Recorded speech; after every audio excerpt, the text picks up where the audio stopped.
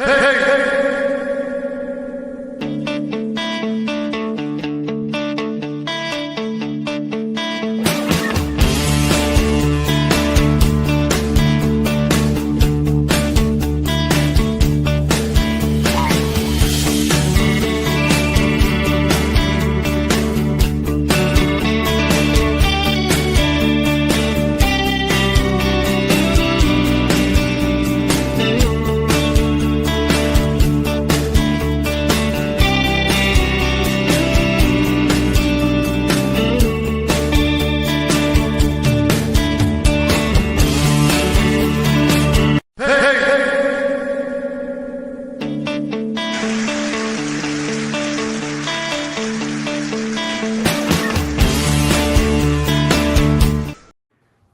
Hi. this is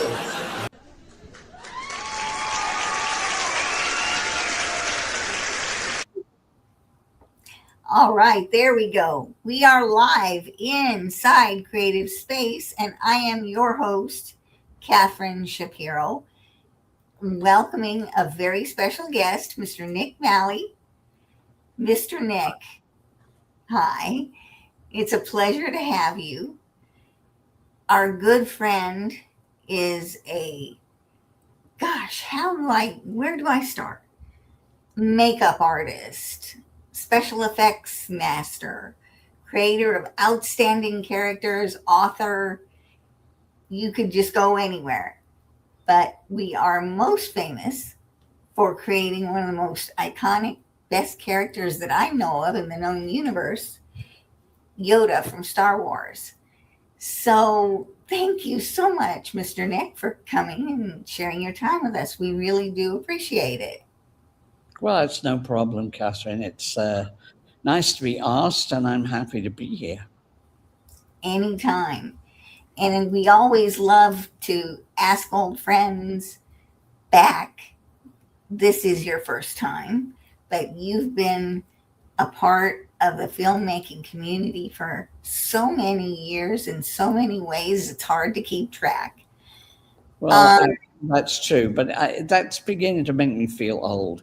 On the 8th of March, which of course is now only 9 days away, it mhm. will be exactly 50 years since I joined the team that built Star Wars. Wow, that is a long time. But Mhm. it's a time where you've done so many different things and seen so many different things that it's great that you're still out there sharing your wisdom with people. I mean, and it keeps you young. One of the reasons that we're here is because we love to get people to talk about their new programs and the things they've been doing lately. So, why don't we go ahead and start with that and see where we go? Well, I think first, really, for those people who are watching, if they don't know me, they don't know what to expect. I started out as a kid with dyslexia and attention deficit. A kid from low income housing where people were, well, my teacher told me that I was an idiot going to work in a factory. And that really galvanized me to prove that he was wrong. I understand where he was coming from at the time because to him, I was just a kid with crazy ideas who thought that, I could achieve all kinds of pie in the sky romantic ideas Mhm. that, your normal people would say, well, yeah, but you can't actually do that. Hmm. But he persuaded me in that one moment to prove that he was wrong, and so I struggled for many years trying to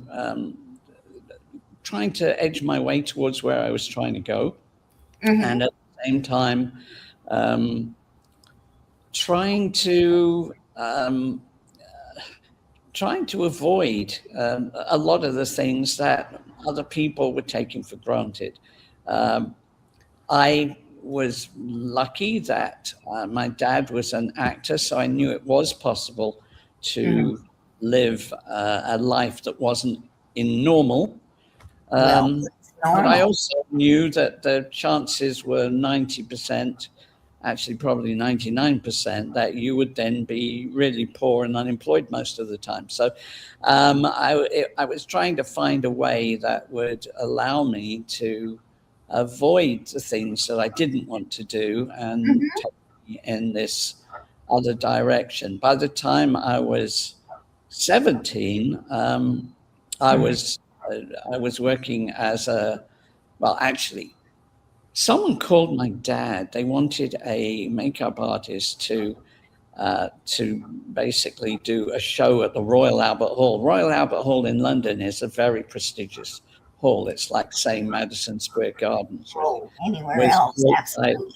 built by in Queen Victoria's time and named after her husband. And so my dad was out. I answered the phone. I negotiated the job. I charged 3 times what my dad would have done. Yeah, there And you suddenly at 17, I was doing my first professional show at the Royal Albert Hall. And so I think that one of the things that is great about youth is that you don't know enough to know that you shouldn't be able to do what you just did. go. And you're fearless. Older, you see all the things that could possibly go wrong, and they actually restrict you from Mhm. saying, well, I'm going to make this work.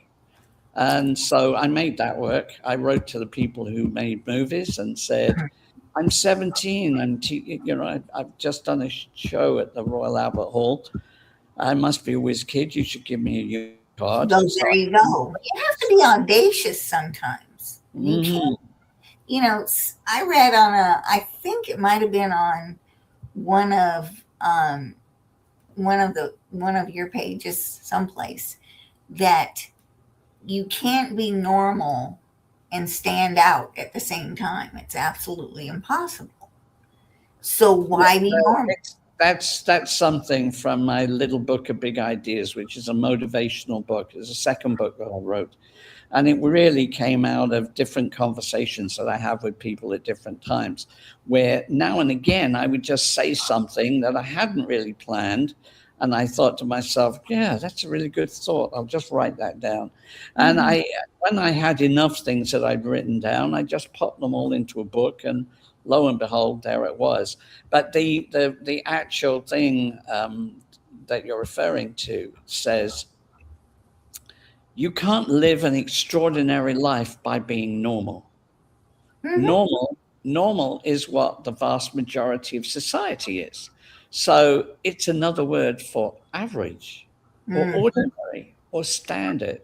Once you understand that, you don't feel so uncomfortable about going this way when everybody else is going that way. Going that way because you do get there faster sometimes. It's not just a matter of getting there faster. The ultimate thing is that we are naturally insecure.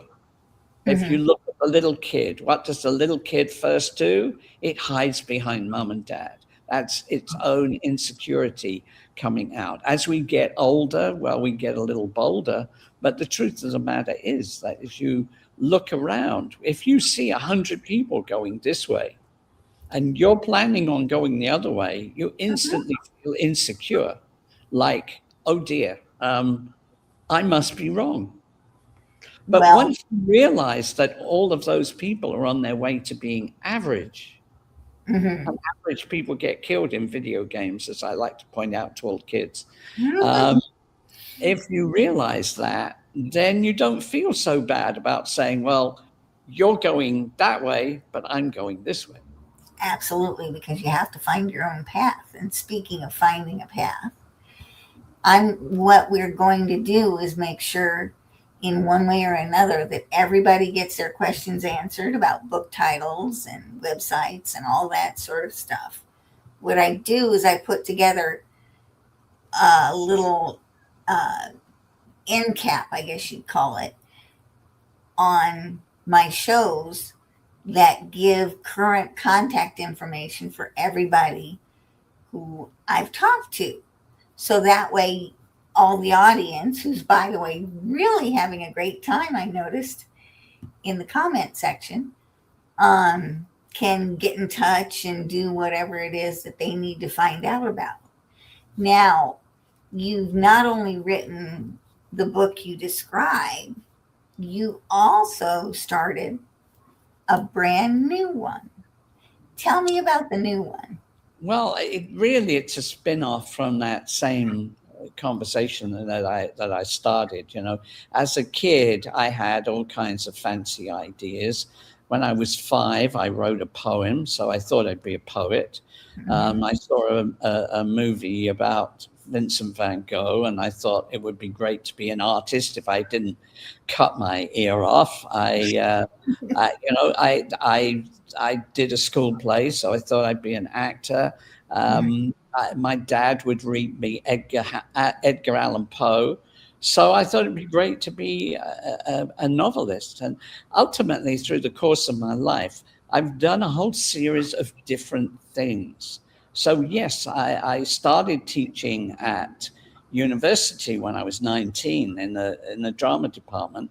I was teaching stage makeup, not drama, and then I moved on to making movies, then from movies into character, and character into prosthetics, and prosthetics into sculpting and mold making and all the things that you need to produce prosthetics, which led me into being a pioneer in animatronics. And at the same time, I thought I'd be a better makeup artist if I was a better artist. So I started to persevere with art to find, ultimately, I lived for 10 years in the Caribbean, the first 10 years as an artist, which I can't tell you how easy that was. People think it's impossible, but it's only impossible if you talk yourself into that.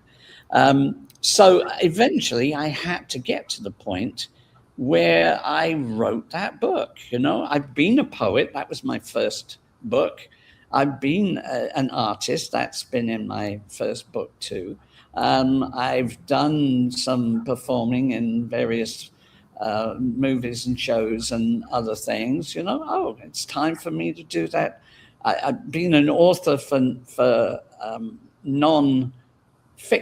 It was time to lay down that book and fulfill that next desire. Yeah, so I'll tell you, though, how that came about, because along the way, I was also a script writer and second unit director. And a couple of producers came through our museum here and indicated that they had money for a show and they were looking for projects. And so my wife and I wrote 12 episodes of a show for Paramount Plus. But when the contracts came, they weren't what we discussed in the first place. I had said at the very beginning that my wife and I had written a movie back in the 80s, which was completely destroyed by the people who bought it and made it. And we always vowed that we wouldn't give up complete control again. So when the contracts came and they basically wanted us to sell out the rights to all those characters that we created, that's a bit like selling your children. We decided that we would turn it into a book. And so that's what we did. And the first one is called Fangs to Blood, but we're partway through writing the second one now. Oh my goodness, that is quick. And I started it, and I can tell you it's absolutely amazing with some really wonderfully realized characters. I'm not going to say any more than, because I don't want to spoil anything, but I'll tell you it is a really different kind of story, and I am so impressed with it. And I appreciate that. Our reviews have been very strong, but it's very hard to get. We have it online. Apple Books has it. Barnes and Noble has it. It's on about 8 or 9 different platforms. Not Amazon yet, but basically, it being on the platform doesn't help if it's just a green tree in a green forest. Right. We're still working to on what is called discoverability, where people can actually find it. It needs Well, the people to channel has its own, find it, write a review. just so that everybody knows, the Creative Spirit channel does have its own library. And you can, with our wonderful our executive producer, get yourself into the library, and we will definitely spread the word and get it on out there. And I'm telling you that, me personally, it's one of the better books of the genre that I've ever read. Thank you. And you're welcome. I'm that guy who always wants to write something or create something that no one's seen before. So even though this is intrinsically a vampire story, we create a new background to where vampires come from, and then we introduce you to the Caribbean vampire, the Sukuyant, that no one has ever made a movie about. And to the best of my knowledge, I don't know that there's been certainly no books that I've read that have included them. And so the essence of this started with us saying, what if a classic European vampire produced a child with a Caribbean Sukuyant? And that creates a character with powers that normal vampires don't have. And it is an extraordinary story. And the thing that I thought was really interesting was you and your wife, Gloria, who's a great artist in her own right, worked together on it. Yeah, we do. Well, we've worked together for a lot of our lives. Gloria was an actress. We met on a movie. I wasn't supposed to be doing her makeup, but the guy who was doing it wanted to go to a party. Glenda Jackson he was working also on a movie with Glenda Jackson, and that was having an end of production party. He wanted to go to that. And so I said I would look after Gloria to finish the day's shooting. And one thing led to another, and we've been together for 47 years. So you two both work together. Are your styles mesh really well? Do you have? No, I think you don't want someone who's exactly the same as you. One of the things that I think is great is that she fills in the weaknesses that are in my way of working, and maybe I think of things in a largely original, if not wacky way, that maybe where she's more practical. But I'm very detailed, so I'll go off once you send me in a direction. I will spend 2 days just researching the background to make sure the history is right, and other things. Yeah. We should explain that this story really starts in 1801 in Trinidad, so you need to know what the history of that island is. It then spends time in Victorian London in 1888, and even comes into New York City in the 2000s. So there's a lot of research that had to be done to put that together. Even simple things. I worked with someone one time who wanted me to write something for them. They were a band, and they had a storyline. And one of the things in the storyline, this person is in 1725 or whenever it was, and in the story it says, and the hero sits down and plays her theme on the piano. Oh. There weren't any pianos in 1725. And it's funny because... Is your theme going to sound the same if you play it on a harpsichord? Yeah. So there's a lot of research that you have to do to make sure that you're really writing from a solid base. So I'm the guy who will go and do that, where that would really bore Gloria, I think.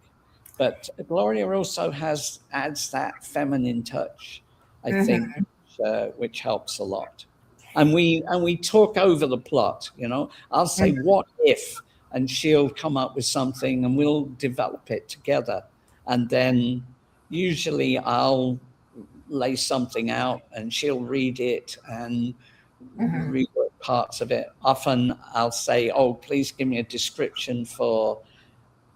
As the sun coming up in so and so, it's been a storm, and whatever, and she'll write that, and we'll slide it together. Right. I hear you. So it sounds like you're the planner, and the you acquire the knowledge, and she synthesizes a lot of things, and you guys put that together. Yeah, she is the support that shores up my creativity, and she has a lot of creativity herself too. And great shout out for all the husbands and the wives and the supporters who we would not be here without. And that's the truth. I tell people sometimes it takes me a full team of friends, neighbors, and family to get me going in the morning. And that's true of just about every creative you'd ever want to meet. Um, and we are so glad to have my good friend Nick Malley with us today live on Inside Creative Space. We usually appear Thursdays at 4 p.m. and we drop our new episodes then.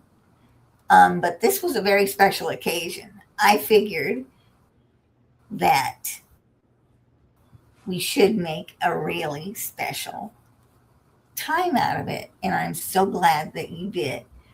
Um, I'm curious, what you really love to develop characters, and I'm curious, what do your characters say about you? Oh, that's a good question. I don't know. I think there's a piece of me in many characters. I think when you're a writer, well, one of the things I say in the preface is, I started trying to write a book when I was 23, but I had no experience to work into it. So really, there wouldn't have been the same strength of characters if I'd managed to pull that off at 23, which I didn't. So I think that we write about people that we know, but when you're talking about the emotional content of a situation, you can only write from your own experience. Mm-hmm. Uh, Really, I think that there's a dark side in most people, and life is about balancing out your good against your not so good. We're all tempted at some point or another. As a kid from low income housing, there were times when I certainly considered to be like one of those street urchins that we have in our story, and maybe to, steal a few things if I had the opportunity, because I didn't think there was any way I was ever going to get out of that. So And that's the part of thing. that has to be in my writing about the personality of those children. Um, Mhm. and yeah, we're all, I'm a guy, so I understand, the sexual drive that we have in some characters that are in that story too. Right. Um, And and there's that's what I mean when I say I'm grateful for Gloria's vision of, a female point of view too. because there has to be a point of view, a variety of points of views and experiences that make the characters Mm. that you're so good at so good on screen, and they But I, resonate with but a lot I of think that if you were able to get my characters together, or our characters, because Gloria's, key in the development of those as well. If you could get them together and ask them what they thought of their author, they would have to say that their author was a control freak, because he insists that they do what he says they're going to do. Well, we are about ready to take a break, and I was just saying that we would think more a little bit about what happens in your creative process. And I am, one more time, Catherine Shapiro.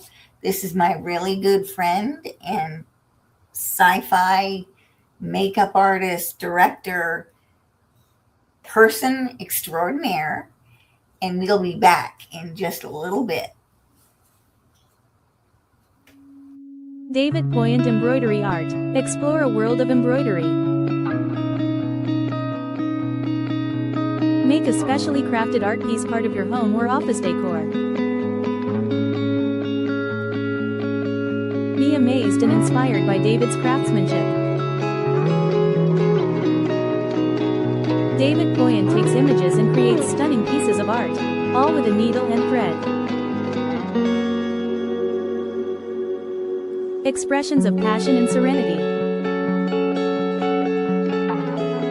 Thoughtfulness, reflection, a journey of inspired artistic expression awaits. Exceptional personal artistry where each piece tells a story. And a world where creativity is boundless. Contact David Poyant at davidpoyantembroideries.com.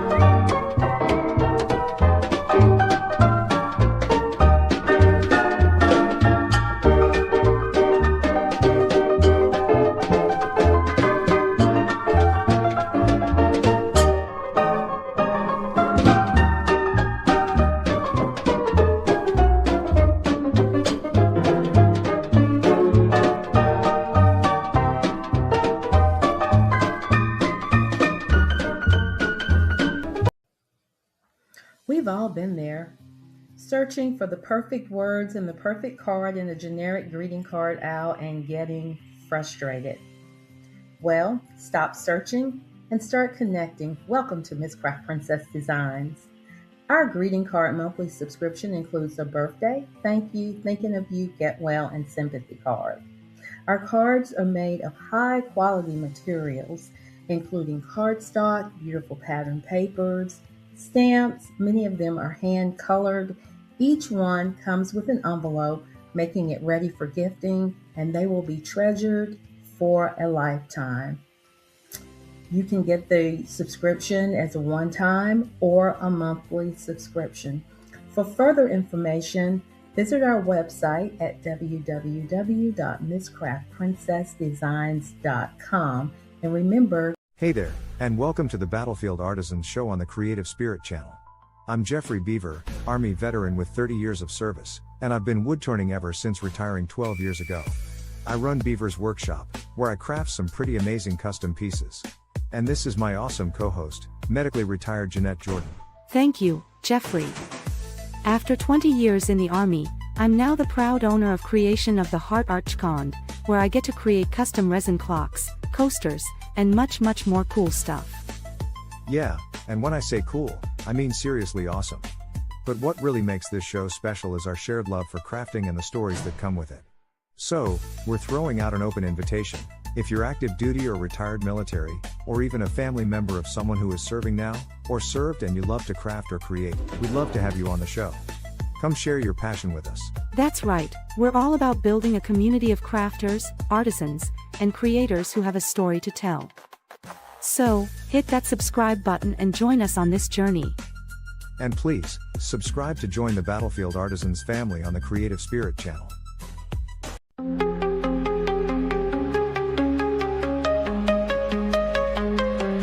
Stars are shining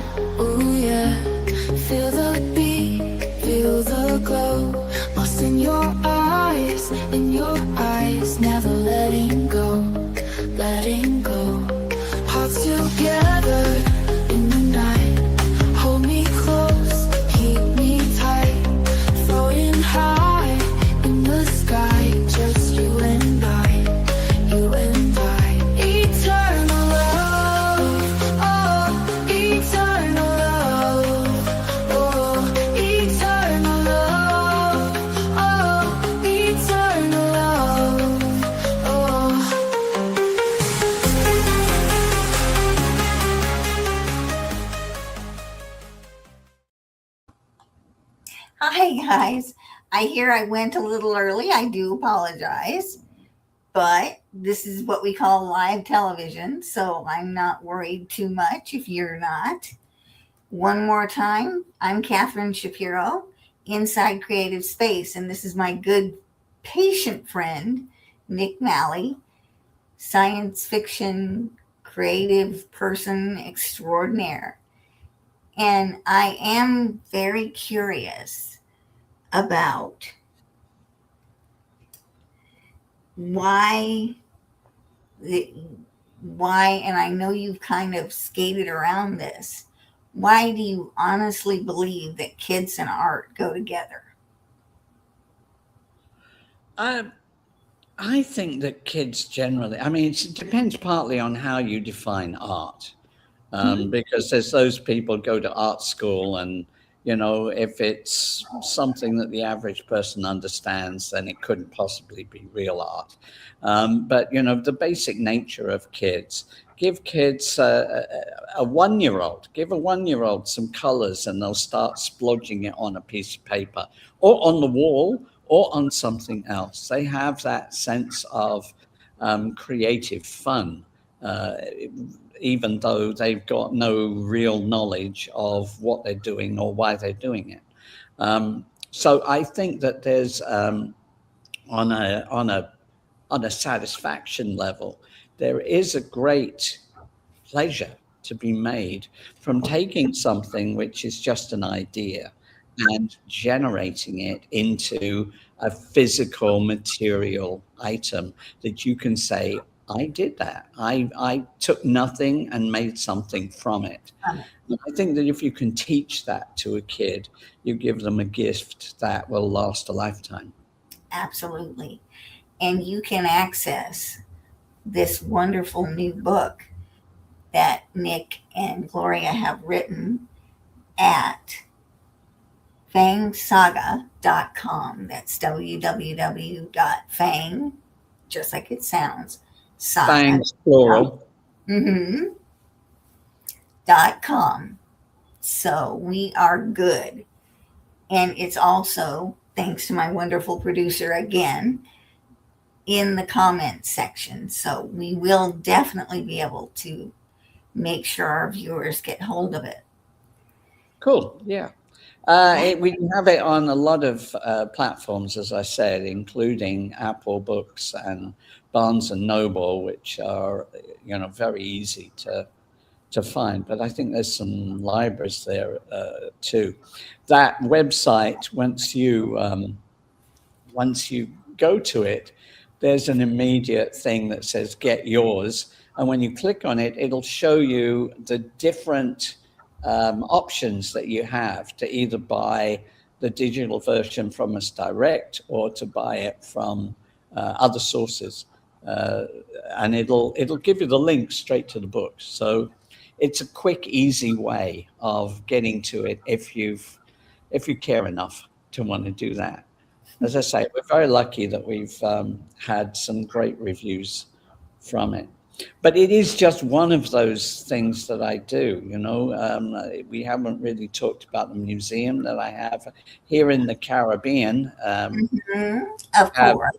We have a museum that is the #1 most popular thing to do in this Caribbean island, and the beach is #2, largely because it's the only place in the world where someone can interact with a Star Wars personality. So I get a lot of Star Wars fans that come in and ask all their favorite questions, and I do a lot of dedications for people's sons and daughters and cousins and whatever else. But we also, I'm kind of excited at the moment. We are a non-profit. The museum is a non-profit, and a large part of it is to try and encourage youngsters to follow their dreams, be all they can be, and oldsters too, because you know you can get into a rut and just do what everybody else is doing. But as we said earlier on, if you do that, how can you expect your life to be any better than somebody else's? And just because someone decided that you were retiring doesn't actually mean you have to sit in a chair and wait to die, or it doesn't actually mean that you've got nothing to do other than fall asleep in front of the TV. You can be that creative person. And I didn't pick up a pen or you've got time.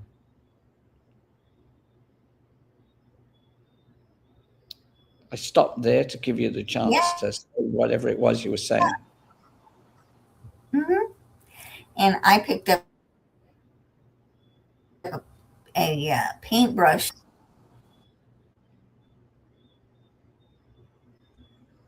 Yeah, at the moment, I don't know whether it's my end or yours, but you seem to be breaking down. But here I am. I'm on my own now. I can handle this. I do broadcast through StreamYard, which is what this is coming through. I'd like to say something about StreamYard too, because these people have been very good to us and our nonprofit. They have encouraged us they've given us free use of StreamYard for the broadcasts that we do. And it's a very easy platform to work with. It's something that is much simpler than a lot of the more popular conference call elements, and is perfect for this kind of show because from there you can broadcast directly into Facebook and YouTube and other destinations. Talking more about what we have been doing over and above the museum.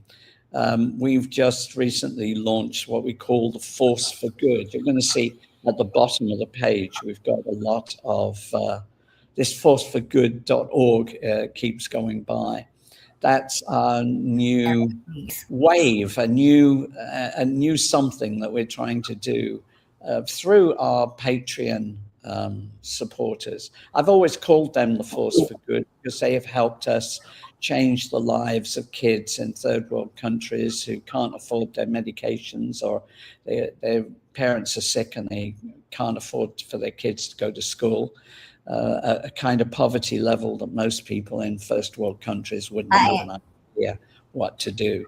And so the Force for Good is meant to be something that encourages us all to be a little kinder to each other and a little more compassionate. You know, George Lucas, when we were making Star Wars, said that Star Wars was not about lightsabers and not about X-Wings. It was about compassionate people resisting selfish people. But today there seems to be a lot of selfishness in the world. So we're hoping that those of you that are watching today, I'm sure Catherine will get her connection back again soon, and will come, and she was going to ask me about all of this anyway. But Yes, I'm hoping that maybe some of you might come and join us and become part of our online family. absolutely. I am back, hopefully for good this time. Yeah. This is what we call live TV for sure. Sure.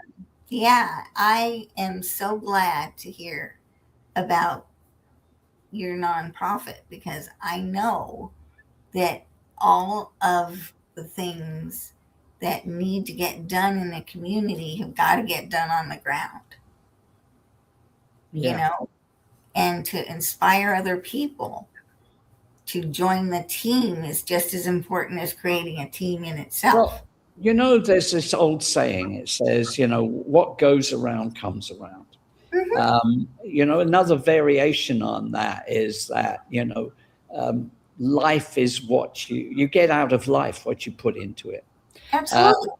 Ultimately, we've done a lot over the years to try and help people that have been in other situations. I don't really want to draw lines that say, you know, oh, those people are in my gang, so I'll look after them.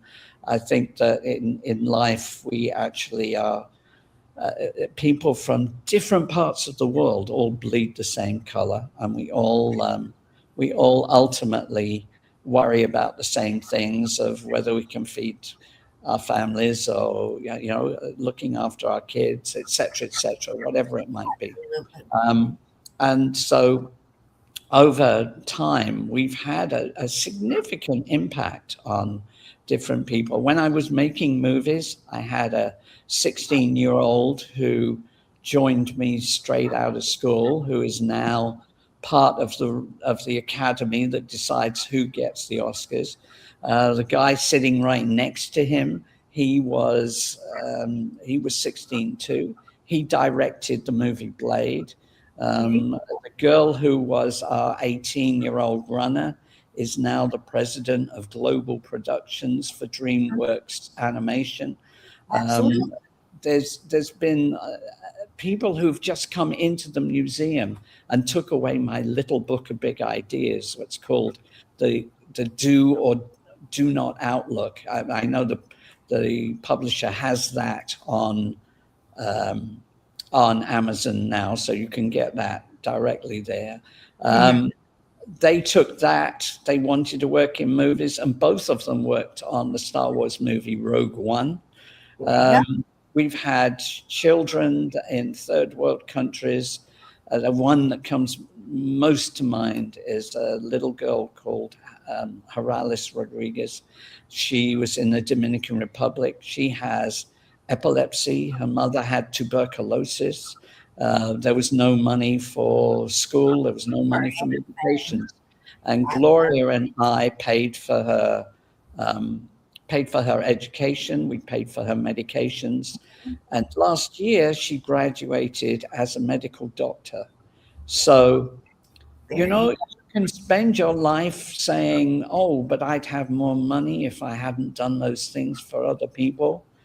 But those people would go to the ends of the earth to help me when I need it.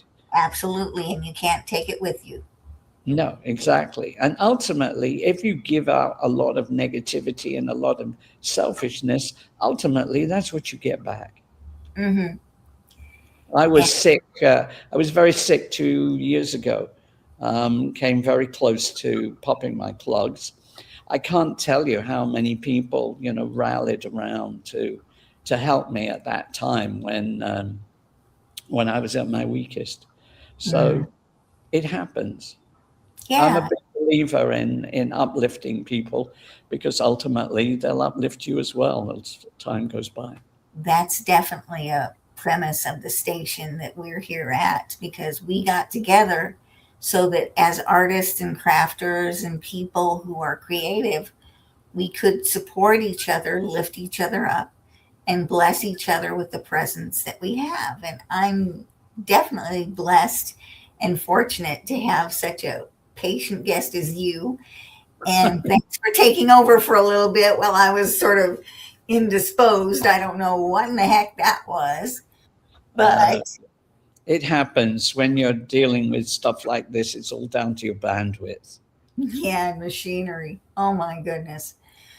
But having said that, if you could say anything to people just starting out, and I know that you've said a lot in your books and your characters say a lot about what you really want people to know, but I think these things are worth repeating. I really do, because you can never hear that you're worthy often enough, especially when you're a kid. Well, I think I would come back to that sense of self-doubt. I think one of the greatest unfortunate things in life that every single person goes through is that you reach a point in your teens where people push you to try and decide what you're going to do with the rest of your life at a point when you have absolutely zero experience to base any opinion on. Mm-hmm. And if you say, oh, I want to be an astronaut, the first thing they say is, yeah, well, you've got to be sensible, right? People are talked down. People are very rarely talked up. Negativity is infectious. And the people around you that you're asking, what should I do? are going to be normal people, and they're Right. going to give you advice on how to be normal. You know, the parent who says, "Oh yes, but you've got to be sensible because you've got to go to work and you've got to do this." When a kid comes along and says, "I want to be an Olympian," and they say, "Oh well, you want to be an Olympic swimmer? That's going to be hard, but you could be a lifeguard." What you've done is you've just put that kid down. Absolutely. Yeah. You have discouraged her from pursuing that thing. You need to uplift people, and you need to have courage in yourself to know that every person that you admire was in your situation at one point or another in your life, where they thought that life wasn't going to be what they wanted, where they thought, "I'm poor and I'm never going to be able to get out of something," or "I don't know what the answer of something is." You can be the opposite. There's always those ones that think they know everything and then prove that they don't. But, you know, ultimately, you need to be absorbent. You need to witness things. You need to see things, which often girls are much better at than boys when they're in their teens. Girls tend to listen more than boys. Boys are in their own little blinkered world thinking about what's going on in their head, whereas girls often will be reading and taking in what you're telling them. When I'm talking to a crowd of kids, often it's girls who are eye to eye with me. Oh, And yeah. there's a few boys, but often the boys are looking around and thinking what they're thinking about what's plastered on the wall or some tool that's on your table. But so And I was I would definitely one of say those not little only you girls. need to be absorbent, you need to be observant. You need to keep going until you succeed. Ultimately, the bottom line thing is, just because you try for something and it doesn't work out the first time or the second time or the third time, doesn't mean you've failed. You failed when you give You up. don't try. Failed when you say, "I can't do that." The truth is that you can achieve anything if you stick at it until you make it happen. You don't have to be the best in the class. You have to be the one that keeps going when the best in the class gives up. Absolutely. Thank you. That's perfect. That is absolutely perfect. And I was one of those little girls once, and I can tell you every single word you're saying is absolutely the truth, my friend. I appreciate you, and I do hope you will come back again and see us and talk with us some more, because I have a feeling there's a little bit more in this conversation for sure. If the thing that worries me about these days and creativity and all the things that go with it is the fact that we can change things in ways that we couldn't do 20 years ago.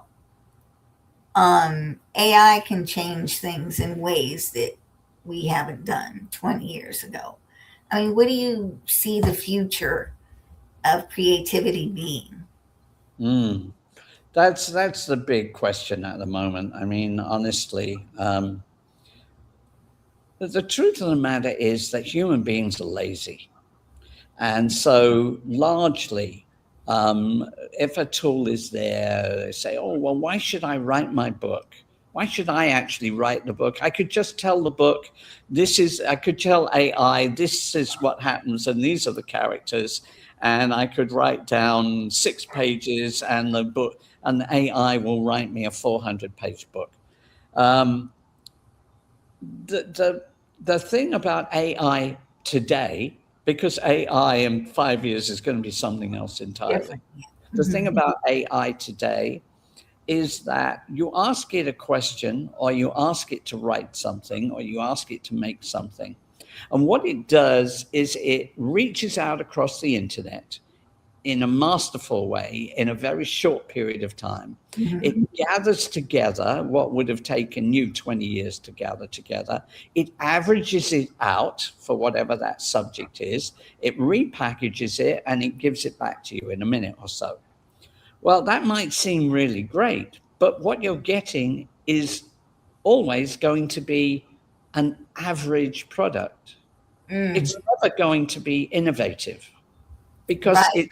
it's gathering stuff that's already out there From It's other places. saying, Yeah. you know, animatronics, for example, which I was one of the pioneers for, came out of nowhere. Well, I guess it came out of some of the mechanical clockwork things that they made in the 1700s. But for movies, it hadn't been done before, certainly not the way that we did it. It was innovation.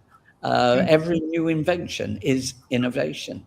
At the moment, the way we have access to AI, and maybe the people who own the AI have a different kind of access, but that access is limited to producing average responses. And when you decide, oh, I'm not going to write my university paper, I'll get AI to do it for you. Believe me, they're going to, in a very short space of time, if they already, they'll have a program that recognizes that it was written by AI and you'll And fail. who knows what you're missing out on. Right. When you take these easier routes, what you're really doing is limiting your own ability to do it yourself. It may be more laborious, but what you're doing has the opportunity to be much more original and has the opportunity to develop you as a human being. You don't develop yourself as a human being by getting AI to do the job for you. Nope. You do the experience and you do the thing that you need to do yourself. And you gain so much from being the person that's bigger than the one you started out with. Yeah, exactly. Yeah. And honestly, if I got one thing that I would say from my 76 years of trying to be something more than I started out as, basically, it's about growth. In my time, I have done so many different things. We didn't talk about it, but I write music with a band in Idaho. I write books. I'm an artist. I've painted 450 paintings that I've This captured. is why you're coming back, for sure. Right. Yeah. Cool. But ultimately, every time you learn something, it's a building block that you step on to then go for the next thing to learn. And in life, if it's a sense of continuous evolution, is much more interesting than just spending your life doing what everybody else is doing, day after day, month after month, year after year. We need to do the things that scare us and do the things that are beyond the ordinary every single day. Richard Branson said, if your ambitions don't scare you, they're not big enough. That sounds just like him. Yeah. That is just amazing. I am so glad and so happy that you're here. And I will definitely not pop out on you next time. I feel like Mary Poppins or something, and with her umbrella getting pulled off on a little windy side trip every once in a while. But we do have a minute for you to say goodbye, and the best way that you can think of to get in touch with you. We'd love to have you again for sure. Well, I would say, first of all, we've got so many different websites and ways to get to me. You see my name, Nick Maley? Put it into Google, you'll find me. If you put that Yoda guy into Google, you'll find me. If you go to the Force for Good, you will find me. If you go to fangssaga.com, you will find me. I'm there. I'm part of the woodwork. I'm the red tree in the forest, and that's the secret to getting the opportunities that take you places that other people don't get to go. Well, we will follow you there.